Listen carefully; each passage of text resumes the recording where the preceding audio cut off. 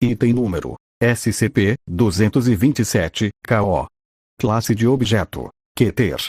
Procedimentos especiais de contenção. Atualmente, nenhum agente infeccioso claro foi identificado, como fungos, vírus ou bactérias. Portanto, em vez de quarentena biológica para patógenos, a vigilância é realizada em criadores literários como poetas, romancistas e roteiristas que são criativos há mais de 5 anos. Considera-se que o surto de SCP-227-KO ocorreu se as reações de vida do artista de monitoramento, como transações financeiras e moeda, desaparecerem dentro de um ano da última publicação do trabalho. Quando um surto é confirmado, a critério do pesquisador responsável, pessoal para se disfarçar de catadores especiais e investigadores legistas são selecionados para planejar ações sobre o corpo, manipulação de atestados de óbito e amnésia. O pessoal é forçado a usar roupas de proteção de nível D ou superior entre um manuseio de SCPs. Será dada prioridade aos menos interessados em literatura tanto quanto possível na seleção de pessoal. Se o pessoal aumentar a frequência de escrita e leitura após o contato com SCP-227-KO, eles podem ser encerrados com base em observações. A forma de descarte fica a critério do pesquisador responsável. Descrição: SCP-227-KO deve ser considerado como uma doença infecciosa de origem desconhecida e idiopática. Casos do surto são encontrados apenas na Coreia, mas a primeira pessoa infectada não foi identificada. Presume-se que a fonte de infecção seja o contato direto com vítimas de SCP-227-KO, doravante referido como SCP-227-KO-1, e artefatos do crânio, doravante referido como SCP-227-KO-2. Imediatamente após a infecção, SCP-227-KO-1 sente um leve desejo de escrever.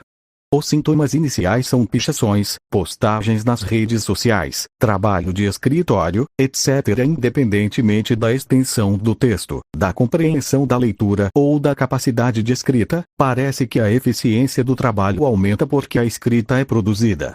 A velocidade de progressão da exacerbação do impulso diferiu de acordo com o nível literário do indivíduo. Os sintomas agravados aparecem como ações para melhorar a alfabetização literária, como a apreciação de obras para escrita, leitura e transcrição. Este comportamento se manifesta na obsessão de SCP-227-KO-1 em ignorar a tarefa atribuída a ele. A partir deste ponto, o cérebro de SCP-227-KO-1 é deformado e preso à parede interna do crânio, e a maior parte do espaço dentro do crânio é preenchido com líquido cefalorraquidiano. O líquido cefalorraquidiano resultante altera a sua composição durante esse período, enfraquecendo as junções ósseas das vértebras parietais. Essa mudança resulta em contato direto entre o interior do crânio e a pele no topo da cabeça. Embora a SCP-227-KO-1 seja capaz de atividades normais da vida mesmo depois que seu cérebro foi transformado, ele se torna muito passivo em seu comportamento para satisfazer necessidades diretamente relacionadas à sobrevivência. Portanto, ele se apega à criação até a desidratação, desmaio devido à fadiga ou convulsões devido à depleção de vitaminas. Durante o primeiro atordoamento, uma membrana amniótica se desenvolve em uma parte do cérebro.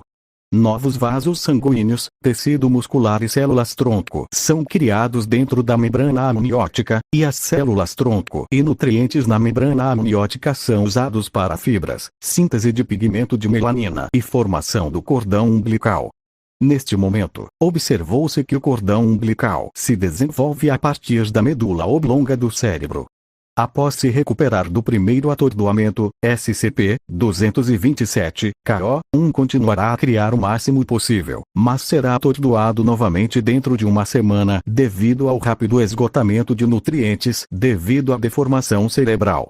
Durante a segunda coxa, forma-se um tecido retangular com espessura de 1 mm ou menos e tamanho de 210 mm 297 mm, composto por tecido fibroso e cutâneo. Múltiplos pedaços de tecido podem ser criados para formar SCP-227-KO2, e o volume e o conteúdo parecem estar relacionados à propensão de SCP-227-KO1 ao trabalho. Após o término do crescimento de SCP-227-KO2, a melanina é sintetizada no crânio e o texto escrito no idioma usado principalmente por SCP-227-KO1 aparece.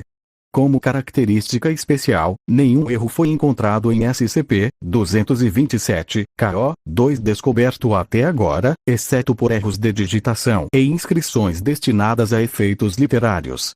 Quando os sintomas atingem o estágio terminal, o tecido muscular na membrana amniótica repete o crescimento, a contração e o relaxamento, aumentando a pressão intracraniana.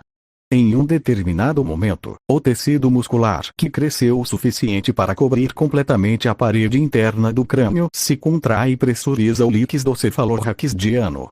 Construído dentro do crânio, SCP-227-KO2 aparentemente está na forma de um pacote de papel amarrado ao cordão umbilical. O cordão umbilical que sai do crânio mudará de cor para preto após cerca de uma semana e será removido de SCP-227-KO2. Este foi semelhante ao período de secagem do cordão umbilical em um parto normal. Durante este período, o tecido de SCP-227-KO2 também seca e tem uma textura semelhante à do papel comum. O estudo de SCP-227-KO1 e o conteúdo de SCP-227-KO2 não são únicos em comparação com os artigos que circulam no mercado, como romances gerais e ensaios. Nos primeiros dias dos escritos que SCP-227-KO1 estava escrevendo pouco antes de sua morte, erros de digitação e frases em línguas estrangeiras que são comumente confundidas por pessoas comuns geralmente apareciam, mas à medida que os sintomas pioravam, esses erros gramaticais desapareceram. O tratamento de SCP-227-KO não pôde ser recuperado através de métodos cirúrgicos ou médicos, e todos os pacientes morreram.